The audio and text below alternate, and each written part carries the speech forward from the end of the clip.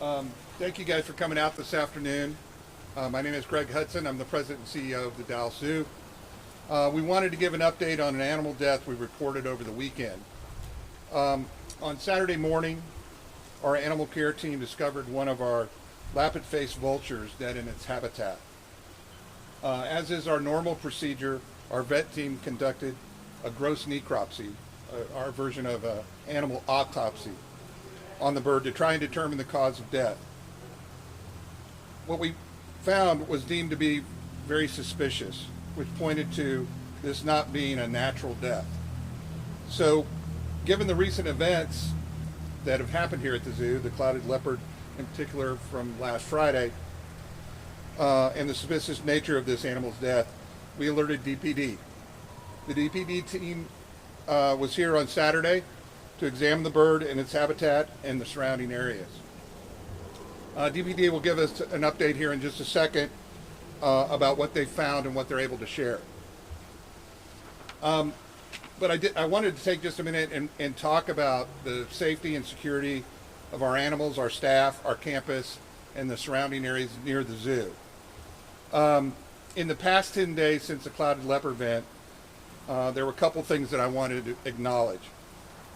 We've received a tremendous amount of support from the City of Dallas Police Department, from the City of Dallas Park and Recreation Department, and from Mayor Pro Tem Carolyn Arnold, who is here today to support and to help us get any kind of resources we can to try and solve this case.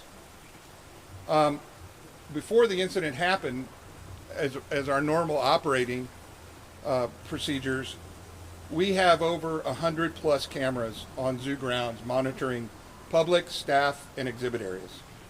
But since then, we have substantially increased our camera coverage, including portable solar tower units that the DPD has loaned us to help during this crisis, and have significantly increased the range on our 110-acre campus. We have also more than doubled our security presence on grounds overnight, and have increased our staff presence during the overnight hours as well. We've also limited, where it was feasible, access for some of the animals and their ability to go outdoors during the overnight hours. We're going to continue to expand and implement whatever it takes for the safety and security measures of the animals, the staff, and the people that live near the zoo. We appreciate DPD's assistance and attention to this incident as we all work to find answers. We're beginning to cast a very wide net and bringing in additional resources. And Kristen Lohman, who's with DPD, will give you an update on that in just a second. But we're asking for the public's help to share anything that might be relevant with us that might help us with this case and these issues. We are offering a $10,000 reward for information that leads to arrest and indictment. How to get that information to us, Kristen will go over that here in just a second. So I'd like to have Kristen come up, turn the mic over to her, and let her go over DPD and those contact info. Kristen. Hi everyone. As I said, my name is Kristen Lauman. I'm the spokesperson for DPD. On Saturday we were called here. We had patrol units that responded along with detectives from South Central Division, along with our animal cruelty unit. They walked the scene. Over the weekend they have been conducting interviews, not only with zoo staff, but also going over and gathering any sort of video surveillance that they may have here at the zoo. In addition, we contacted U.S. Fish and Wildlife. They are now assisting us in this investigation, just due to the type of bird that it is. They also have additional resources that they have that both the zoo and DPD will assist us in the investigation. We are asking, as he said, with the reward, anyone with information is being asked to call our animal cruelty unit. That's going to be 214-670-7694. Again, it's 214-670-7694. Anyone that has any information on any of the cases is asked to call Dallas Police.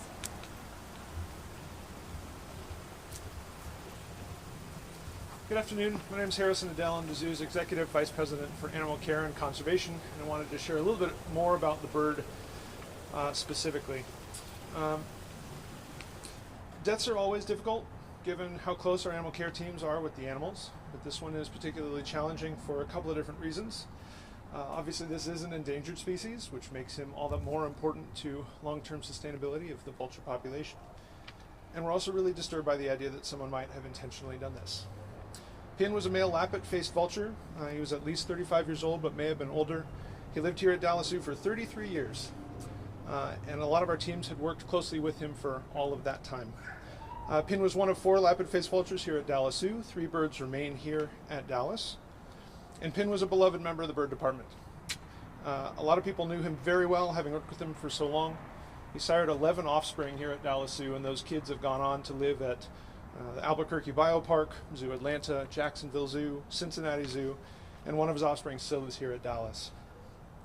Pin's first grandkid hatched in early 2020. She now lives at Maryland Zoo in Baltimore.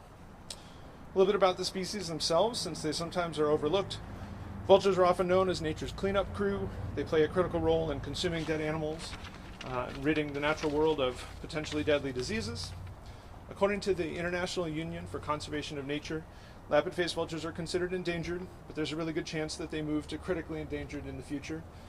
More importantly, this is a species that could potentially go extinct in our lifetime. There are only about 6,500 individuals of this species left on Earth, and the population is rapidly declining in the wild. With only 27 individual lappet-faced vultures in U.S. zoos and only 41 in zoos outside of the U.S. and Europe and Middle East, every individual matters. As I mentioned, this is a species that's incredibly important to us here at Dallas Zoo. We are involved in managing the Association of Zoos and Aquariums Species Survival Plan for lappet-faced vultures, which is hosted here at Dallas Zoo and helps to sustain the population in AZA-accredited institutions. I think we're glad to take a few questions. I'll welcome Greg back to answer some of those questions for you, and we'll stay around for a few minutes. Sir, at this point, are you guys thinking, this could be an inside job, either a disgruntled current or former employee? Everything is under suspect at this point. Internal, external, we're looking at every single option. Obviously, we can't go into much detail about that because it is an ongoing investigation, but everything is being looked at. Can you expand on the condition of the bird? You said that it was evident that there were unnatural causes. Could you expand it to what specifically that was or what condition it was? Because of the ongoing investigation, we're really not at liberty to talk about the specifics of that at this point.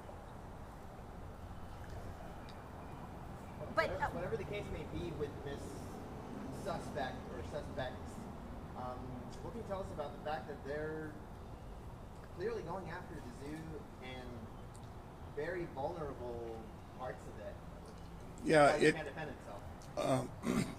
For me personally, the event of Saturday, if it's related to anything that happened with cloud leopard before, definitely have crossed some sort of barrier that goes from being about malicious and it gets into really criminal intent that is dangerous, and we're extremely concerned about it. That's why we've called in all the resources that we can, and we're going to pull out anything that we can do to be able to solve this and to nip it in the bud as quickly as possible. Are you worried about the rest of your? Yeah, obviously, and we've begun to in the evenings be limiting what animals are being out overnight. We've increased all our coverages at night. These cameras specifically have night vision on them, specifically to help us spread that coverage. So, but everything is being looked at. can you give us some basics, sir, of like, okay, Saturday, was it morning, was it night? When did y'all find out that something was This was Saturday wrong? morning when the team got here. Approximately, it could have happened anytime from Friday evening to Saturday morning, but our team discovered the animal in its habitat roughly between 7 and 8 o'clock in the morning. Inside the habitat? In the habitat. And what kind of condition? It was deceased. It was already dead. And I'm sorry, are y'all saying that this appears to be a poisoning? Or are y'all saying anything about how it... Yeah, we can't go into the details of that at this point because it is an ongoing investigation, but it was a wound. I'm sorry? A wound? Okay, so that leads, I mean, I'm sorry, I'm just thinking like a stab wound? I'm sorry, I'm not able to comment on that. Okay, but it's a wound to the body. Okay. It's weird. Were there any other birds in the enclosure? And are they okay? Yes. And yes. How confident are you guys that this one is connected to the two fence cuttings from 10 days ago? We're assuming everything at this point, and that's why we brought Dallas Police in. So right now what investigators are doing is, obviously there's the two incidents that had happened earlier along with this one. Part of the ongoing investigation is to see if they are related or they're not related at this time. What are we looking at this point? Is it vandalism? Is it animal cruelty? What are we going after? Animal cruelty, they're the lead on the vulture, and our South Central Division, the detectives are working the two cases with the fencing. Had the vulture's enclosure been opened in some way, like the other enclosures had? I mean, was there any opening in the enclosure where someone may have? No, they would have to go through our barriers. Okay, so that was not tampered with. Not that we saw. Have